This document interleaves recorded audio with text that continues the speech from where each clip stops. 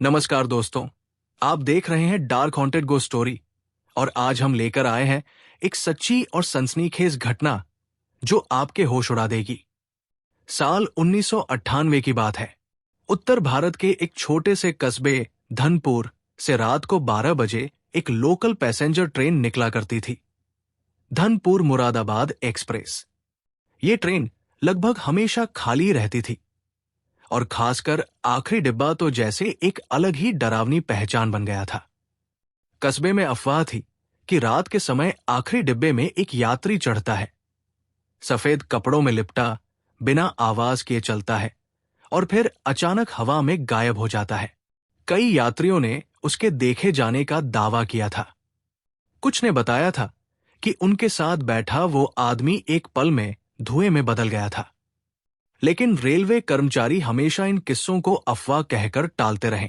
दरअसल वर्षों पहले लगभग 1968 में एक हरिनाथ वर्मा नामक बुजुर्ग रेलवे कर्मचारी थे जो धनपुर स्टेशन पर टिकट चेकिंग का काम करते थे। हरिनाथ जी बहुत ईमानदार लेकिन गरीब व्यक्ति थे। एक रात को जब स्टेशन पर कोहरा घना था, उन्हें आखिरी डिब्बे में गश्त करने भेजा गया। लेकिन उस रात एक भयानक हादसा हुआ। ट्रेन पटरी से फिसल गई और आखिरी डिब्बा पुलिया के पास नदी में गिर गया। हरिनाथ उसमें फंस गए और मदद आने से पहले ही उनकी दर्दनाक मौत हो गई। कहा जाता है कि उनकी आत्मा अब भी स्टेशन पर भटकती है, हर उस यात्री को आखिरी डिब्बे में चढ़ने से रोकने के लिए जो अपनी जान जोखिम में डालता है, परंतु जो चेतावनी को नजरअंदाज कर देते हैं, उन पर वो आत्मा भारी पड़ती है। एक रात रमेश नाम का युवक जो अपने मामा जी से मिलने आया था, उसको मुरादाबाद लौटना था। जब वो टिकट लेने पहुंचा तो बूढ़े क्लर्क ने बिना उसकी ओर देखे सिर्फ एक बात कही, आखिरी डिब्बे में मत बैठना। रमेश ने इसे हंसी में उड़ा दिया। उसे भूत प्रेत पर कोई विश्वास नहीं था, बल्कि जिद में आकर वो जानबूझकर आखिरी डिब्बे में चढ़ गया। डिब्बे में सन्नाटा था। ट्रेन धीरे धीरे प्लेटफॉर्म छोड़कर अंधेरे में बढ़ गई। कुछ देर बाद रमेश ने देखा, सामने की सीट पर एक बुजुर्ग आदमी बैठा था, सफेद धोती कुर्ते में, सिर झुका हुआ, बिना कोई हलचल। रमेश ने नमस्ते कहा, पर कोई जवाब नहीं आया। अचानक ट्रेन एक सुनसान पुलिया से गुजरी। डिब्बे की लाइटें झपकने लगी, ठंडी हवा चलने लगी और दरवाजे अपने आप खड़खड़ाए।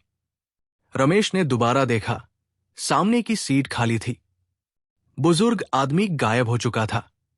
डर के मारे रमेश उठकर डिब्बे का दरवाजा खोलकर अगले डिब्बे की ओर भागा। लेकिन जैसे ही उसने दरवाजा खोला, वही सामने सफेद कपड़ों में वही बुजुर्ग खड़ा था। इस बार उसका चेहरा साफ दिख रहा था, बिना आंखों के गहरे काले गड्ढे।